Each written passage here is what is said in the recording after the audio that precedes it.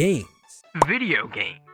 A little escape from the pressures of your life. A fun time to be had, and sometimes a terrible one too. Especially when you've just lost the past 6 games in a row. It's already 3 a.m. You got bills to pay, there's a test or an interview you need to study for. And then you're worried also about the socioeconomic state of the world. When I say video games, your mind probably wanders off to a handful that stand out. Games that you've probably spent way too long playing. Games that just keep reeling you back in.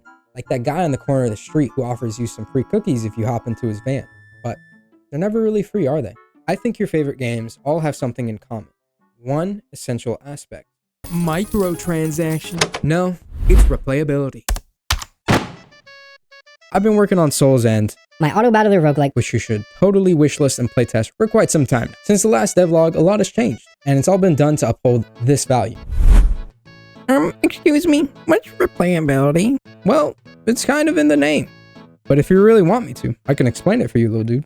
Yes, that sounds good. Well, since you asked, replayability is all about how much a game can be replayed over and over again. A game could become replayable in many different ways. You got features like achievements, Synergies, meta currency, leaderboards, permadeath, modding, endless mode. The point is, replayability comes in a lot of shapes and forms. And great games find ways to make their games replayable. Roguelikes especially hinge on the fact that their game is replayable. And oh, wouldn't you look here? Soul's End is a roguelike. What could we do to add replayability to the game?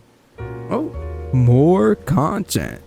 yeah, I could do some more content. Maybe add in another act, a few relics, items, units. That should be easy enough, right? Yeah, it was not easy.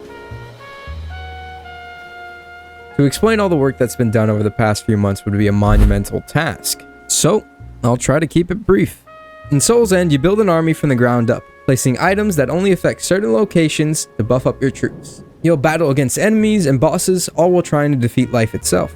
Previously, I only had one act to fight through, so I went ahead and made a whole new one, with new enemies, 2 new bosses, and some new events to go along with it. I then went and added a whole new character to play as, some new units, some items and relics, a score system to keep track of how well you've done, a compendium to see which pieces of content you're missing, updated bits of the UI, added the ability to rotate items, And even added a damn level up system. When you take this long to make an update video, things really do tend to stack up. Well, hopefully the player's like, oh, For the most part, I'm pretty happy with the way the new content turned out, and I think most of the playtesters have had fun with it. However, choosing to add more content before addressing some major flaws in the gameplay loop might have been a mistake. You see, there's a central problem in Soul's End that's been silently hindering its fun and replayability. The encounter system. If you've played any roguelike in the past few years or so, you've probably noticed a certain feature creep its way into more than a few of them. I call it the FTLW map, which stands for F it, this literally works. Now to be fair, I honestly like the system. You can see all the available paths and encounters all the way up to the boss, and it makes sense. You choose your path, you follow it, and hope you don't die. But you see, there lies my problem with it. For example, when I do a run to Slay the Spire, I kind of map out my entire run and then just go and follow it. Yes, I might have a backup plan or two, but really, it's a one-time decision that I make.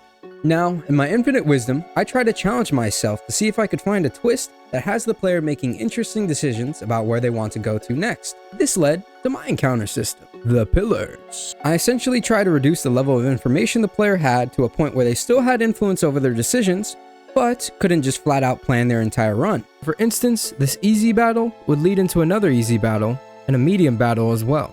However, there was a problem with my new system. First-time players found it to be unintuitive. People, for the most part, weren't able to understand what was going on. Well, I guess that's why they say, if it ain't broke, don't fix it.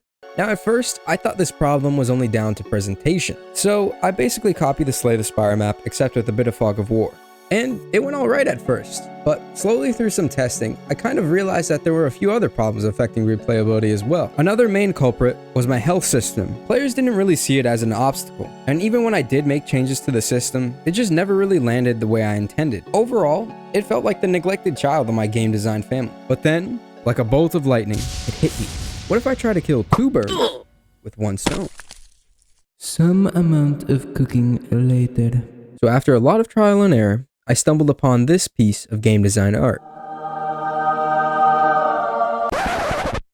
Okay, yeah, maybe a piece of art isn't the best way to describe it, but this is a game dev channel, not an art gallery. What this temporary art is trying to represent is a room-based map where you can only move to adjacent rooms and each move costs will. You're also limited in how far you can see. So yes, you can plan ahead, but sometimes a new discovery will change up your plans. Managing your will is now a very important part of the game, as you'll be trying to squeeze out as many rooms as possible before the boss eventually comes to take you and your army's life. As a side effect of this change, some relics that were previously considered garbage are now probably some of the best. Now, there's a lot of problems and bugs with this system. Yeah, I think I lost my map. Overall, I think I've succeeded in adding more replayability to the game, but I've also learned that I shouldn't fully trust my decision-making skills. So that is where you come in, my dear viewer. If you got some time to spare and enjoyed what you've seen so far, try out Soul's End. Right now, the old playtest version and the new grid map changes are available to try out. Either way, I hope you enjoyed the video. Like, subscribe, wishlist, do a backflip, eat a cookie. I don't know. Just get out of here already. Scram, get out of here. Scram.